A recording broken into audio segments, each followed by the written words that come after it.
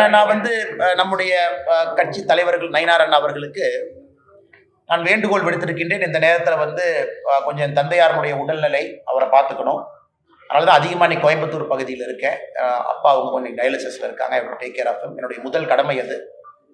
அதனால் இன்றைக்கி அந்த அடிப்படை வேலைகள் என்னால் செய்வதற்கான சாத்தியக்கூறுகள் இல்லை. என்னால் அதிகமாக ட்ராவல் பண்ண முடியாதுங்கிற வேண்டுகோளை வச்சுருக்கிறேன். கட்சியும் அதை ஏற்றுக்கிட்டு வேறு வேறு பொறுப்பாளர்களை ரீஅலோகேட் பண்ணுவாங்க. அதே நேரத்தில் பாரதிய ஜனதா கட்சி அடுத்த பிரச்சாரம் வேறு என்ன சொல்கிறாங்களோ அதற்கு நான் தயாராக இருக்கின்றேன், என்ன செய்யணும் அப்படின்னு. அது நயினார் நாகேந்திரன் அவர்கள் நம்ம கட்சியினுடைய மூத்த தலைவர்களுக்கும் எனக்கும் இருக்கக்கூடிய ஒரு கருத்து உள்ளுக்குள்ளே நாங்கள் பேசிக்கிறோம்.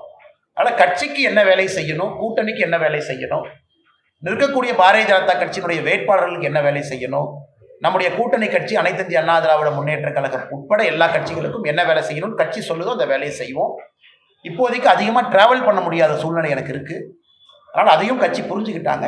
சம்மந்தப்பட்ட நேரத்தில் என்ன வேலை, தேர்தல் நிற்பதா இல்லையா, இதெல்லாம் செய்யணுமான்னு கட்சி சொல்லட்டும்னா அதுக்கப்புறம் நான் பேசுகிறேன்.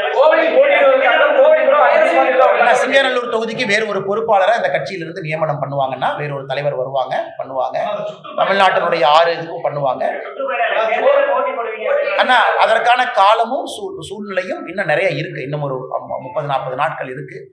கட்சி என்ன சொல்லுது அப்படின்னு தெரிஞ்சுக்கிட்ட பிறகு உங்ககிட்ட நான் பேசுறேன். அண்ணா 2024 பாராளுமன்றத்தில் இங்கே நான் நின்றுருக்கேன். அப்போ கோவை மக்களுக்கு பதில் சொல்ல நான் கடமைப்பட்டிருக்கிறேன்.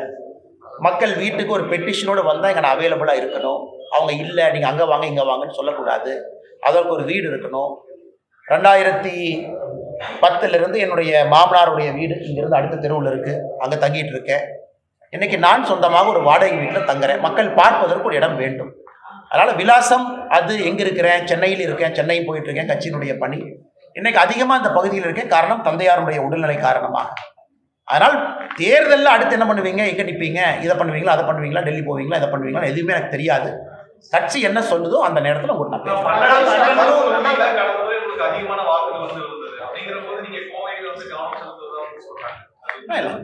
கோயம்புத்தூரில் பாரதிய ஜனதா கட்சி அனைத்து இந்திய அண்ணா திராவிட முன்னேற்ற கழகம் கூட்டணி அங்கே வெற்றி பெறணும். அது நம்முடைய தொண்டனாக நம்முடைய கடமை. இங்கே நமக்கு ஒரு சிட்டிங் எம்எல்ஏ இருக்கிறாங்க. கோயம்புத்தூர் தெற்கு தொகுதியில் வானதி ஸ்ரீனிவாசன் அவங்க இருக்கிறாங்க. அவர்கள் மறுபடியும் கட்சி அக்காவை நில்லுங்கன்னு சொல்லும் பொழுது அக்கா வெற்றி பெற்று மறுபடியும் பெரிய அளவில் அவங்க போகணும். இன்னும் அதிகமான மெஜாரிட்டியோடு போகணும். அதெல்லாம் எங்களுடைய கடமை. அதே நேரத்தில் பாராளுமன்ற தேர்தல், இதற்கு முன்பு வேறு வேறு காலகட்டத்தில் பாரதிய ஜனதா கட்சியினுடைய வளர்ச்சி, இது எல்லாமே அனைத்து இந்திய அண்ணா திராவிட முன்னேற்ற கழகத்தினுடைய சட்டமன்ற உறுப்பினர்கள் நிறைய இருக்கிறாங்க. அதனால் இந்த பகுதி முழுவதுமே தேசிய ஜனநாயக கூட்டணி வெற்றி பெற வேண்டும். அதான் எங்களுடைய அடிப்படை நோக்கம்.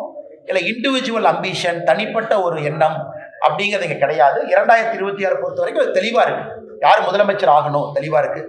கட்சி யாருக்காக வேலை பார்க்குது தெளிவாக இருக்குது. அகில இந்திய தலைவர்கள் என்ன சொல்லியிருக்கிறாங்க அதுவும் தெளிவாக இருக்குது. அதற்காக நாங்கள் எல்லோரும் வேலை பார்க்குறோம். ஆனால் சாரி, ஆனால் கட்சி தொண்டர்களை பொறுத்தவரை அண்ணாமலையும் ஒரு தொண்டன் தான். கட்சி தொண்டர்களோடு இணைந்து பணிபுரியணும். அதனால் என்ன கட்சி சொல்லுதோ கேட்பதற்கு நாம் கடமைப்பட்டிருக்கிறோம். அதனால் இன்னும் ஒரு மாதம் சரியான நேரத்தில் உங்களுக்கு பேசுகிறேன்.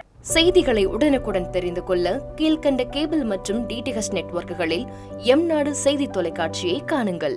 பாதகம் செய்பவரை கண்டால் நாம் பயம் கொள்ளலாகாது பாப்பா. மோதி மிதித்து விடு பாப்பா, அவர் முகத்தில் உமிழ்ந்து விடு பாப்பா. அண்மை செய்திகளை உடனுக்குடன் தெரிந்து கொள்ள இணைந்திருங்கள் எம்நாடு தொலைக்காட்சியுடன்.